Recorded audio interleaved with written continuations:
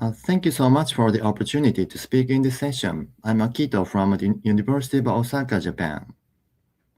The work I'm going to present is a result of a decade of collaboration with engineers, medical doctors, and dentists, led by these PIs at the university, integrating diverse expertise. I have been involved in this project since my PhD training under the mentorship of Dr. Kuboniwa, and I'd like to thank her and all members of this collaboration. As a dentist, I've long been fascinated by the oral microbiome. The oral cavity harbors diverse microbial communities across distinct habitats. Among these provide a permanent surface for microbial colonization in the absence of oral hygiene, leading to the formation of complex and highly structured biofilms known as dental plaque, which is further divided above and below the gum line. Dental caries is one of the most common oral diseases with more than 1 in 3 people affected globally. It is driven by diet microbiome interactions where bacteria eat sugars and produce acids, which saliva normally neutralizes. But frequent sugar exposure sustains an acidic plaque environment, favoring acid-producing and acid-tolerant bacteria that erode tooth enamel and ultimately increase the risk of tooth loss. Type 2 diabetes is characterized by sustained hyperglycemia, and recent advances in metabolomic profiling have revealed covarying increases in blood and salivary metabolites, including multiple saccharides. These changes may favor cariogenic bacteria and increase the risk of dental caries. However, empirical studies directly testing this hypothesis have been scarce.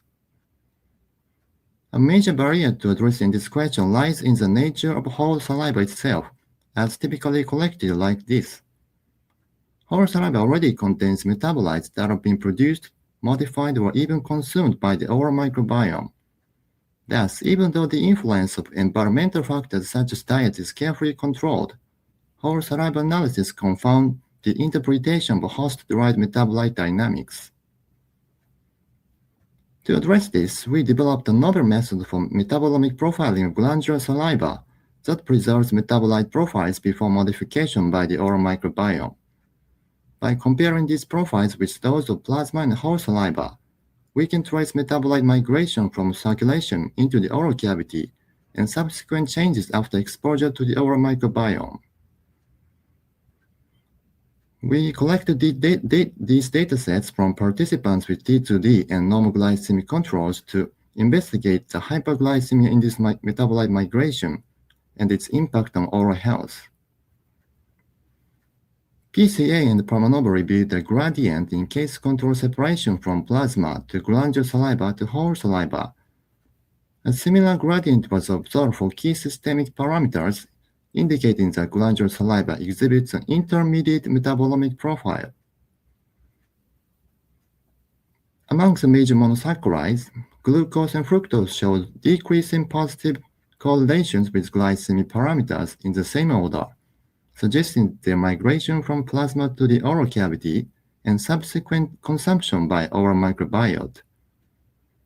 To quantify this process, we constructed composite saccharide migration score based on glucose, fructose, and their sum, with higher scores indicating greater saccharide migration. After adjusting for age and gender, saccharide migration was significantly higher in participants with dental caries and plaque accumulation.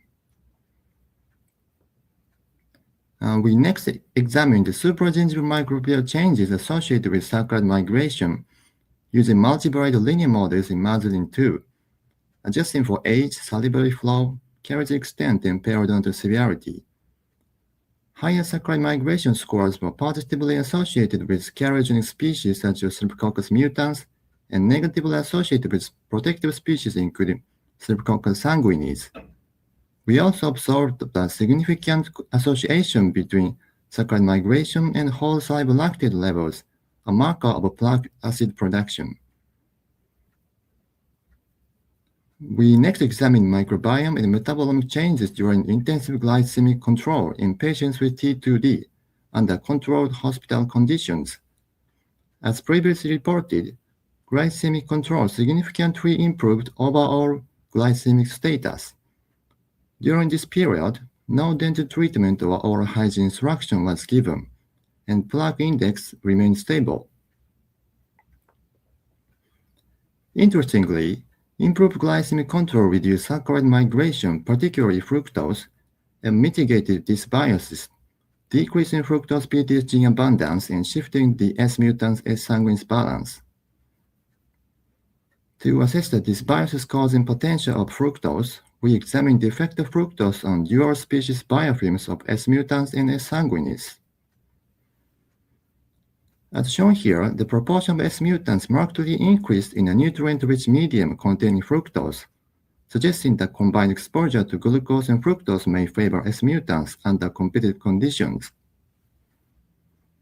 Taken together, the findings highlight the role of blood-to-saliva migration of glucose and fructose in caries development and suggest that glycemic control could serve as an effective strategy as part of caries control. A wide range of other metabolites may be transferred from the bloodstream into the oral cavity via saliva. We continue to study the role of saliva as a key link between systemic and oral health. Thank you for listening.